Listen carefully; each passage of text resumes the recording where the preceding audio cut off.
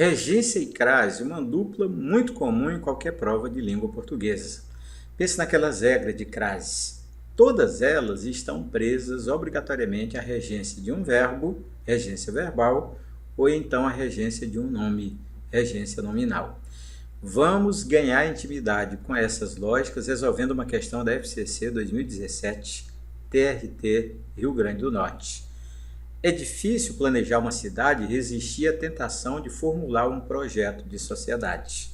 Proposta final: o sinal indicativo de crase deverá ser mantido caso o verbo destacado acima seja substituído por, na letra A, não acatar, letra B, driblar, letra C, controlar, letra D, superar, letra E, não sucumbir.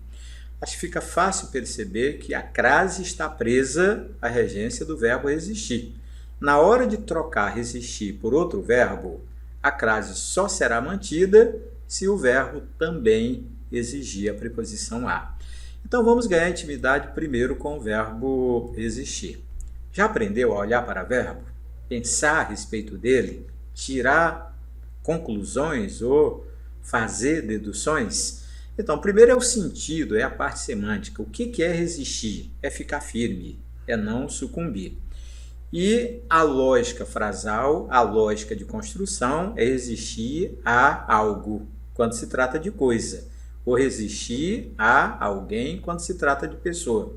Não interessa se você vai completar o sentido do verbo com coisa ou com pessoa. A preposição é obrigatória, portanto, o verbo transitivo indireto. Então, quando você pega a frase maior, a frase que a banca apresentou, você tem: é difícil resistir à tentação de formular um projeto de sociedade. Diante da frase, você conhece que a lógica é de resistir a algo. Esse a não está à toa aí, ele vem do verbo resistir. E a crase é porque nós temos dois as. A crase é porque o substantivo tentação, feminino, aceita com naturalidade o artigo a. Então, o verbo é transitivo indireto e a expressão a tentação automaticamente com crase o objeto indireto. Perfeito, não é?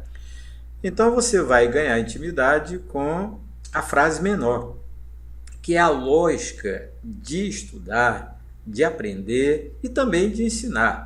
Você precisa fazer a frase sintética, menor possível, para você entender melhor. Então ficamos com: é difícil resistir à tentação. Você precisa apenas desse pedaço. Esse primeiro pedaço, é difícil, é o verbo ser, famoso verbo de ligação, mais o predicativo, mais o adjetivo difícil. E é uma oração. Isso você não pode ignorar. Então, este período começa com uma oração chamada de principal. É claro que o resto depende dessa oração principal. A ideia de é difícil algo. Esse algo, naturalmente, é resistir à tentação. Isso, né, não é o motivo da aula, mas você percebe que o pedaço inteiro resistir à tentação é oração e faz o papel de sujeito da oração principal. Olha, quando o foco é o verbo resistir, você já descobriu que é resistir a algo, que a preposição é obrigatória e é verbo transitivo indireto. Então, você tem a tentação, você tem um trio. Primeiro, você tem uma preposição que vem do verbo resistir. Depois tem um artigo que é natural do substantivo tentação. E depois o próprio substantivo. E a função sintática de objeto indireto. Pronto, essa é a matriz. Todas as frases que você tenta analisar, ou que você se dispõe a analisar, você olha para a frase menor com o sujeito, que nesse caso é especial, né? Porque a expressão resistir à tentação é o sujeito de é difícil, mas de qualquer maneira olhando para o verbo resistir, olhando para a regência e deduzindo que a crase é obrigatória, é automática. Então vamos olhar para outro verbo da frase, outro verbo da questão. É o verbo sucumbir. Foi uma proposta de troca feita pela banca. Mas o que significa sucumbir? Significa não resistir. Por isso que o sucumbir está lá, parece-me que na letra E, e vai ser a resposta. Por quê?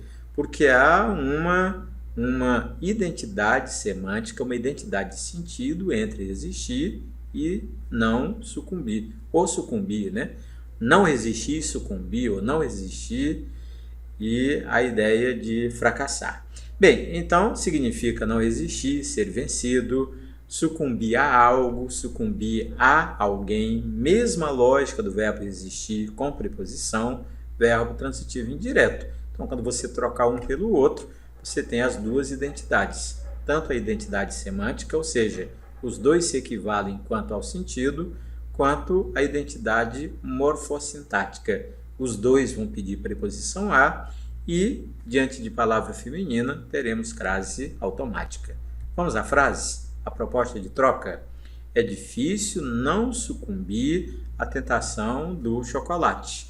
É claro que você sabe que essa crase é legítima. Por quê? Porque você está olhando para o verbo não sucumbir, ou para a expressão negativa, não sucumbir a algo, e esse algo é a tentação.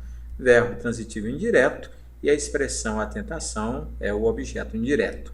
Vamos à frase menor? Aquela capacidade de síntese. É difícil não sucumbir à tentação. Aquele mesmo pedaço que você já estudou, formado pelo verbo ser de ligação mais o predicativo, é a oração principal. E o pedaço não sucumbir à tentação é o sujeito de é difícil. O que nós queremos é que você apenas olhe para o não sucumbir a algo, para compreender que a preposição é obrigatória e que o verbo é transitivo indireto, e o pedaço que vem depois, naturalmente, aquele trio, né, de preposição, mais artigo, mais substantivo, na função sintática de objeto indireto. Perfeito, não é? Então agora você pode enfrentar um desafio. Que tal é impossível ceder às tentações do campo? Olha a proposta. O sinal indicativo de crase deverá ser mantido caso o verbo destacado acima seja substituído por, na letra A, renunciar. Então é impossível renunciar às tentações do campo. Letra B, não presenciar, e letra C, ignorar. Acontece que essa lógica de não presenciar é não presenciar algo. Portanto, você não tem mesmo como usar crase depois de presenciar, porque é verbo transitivo direto.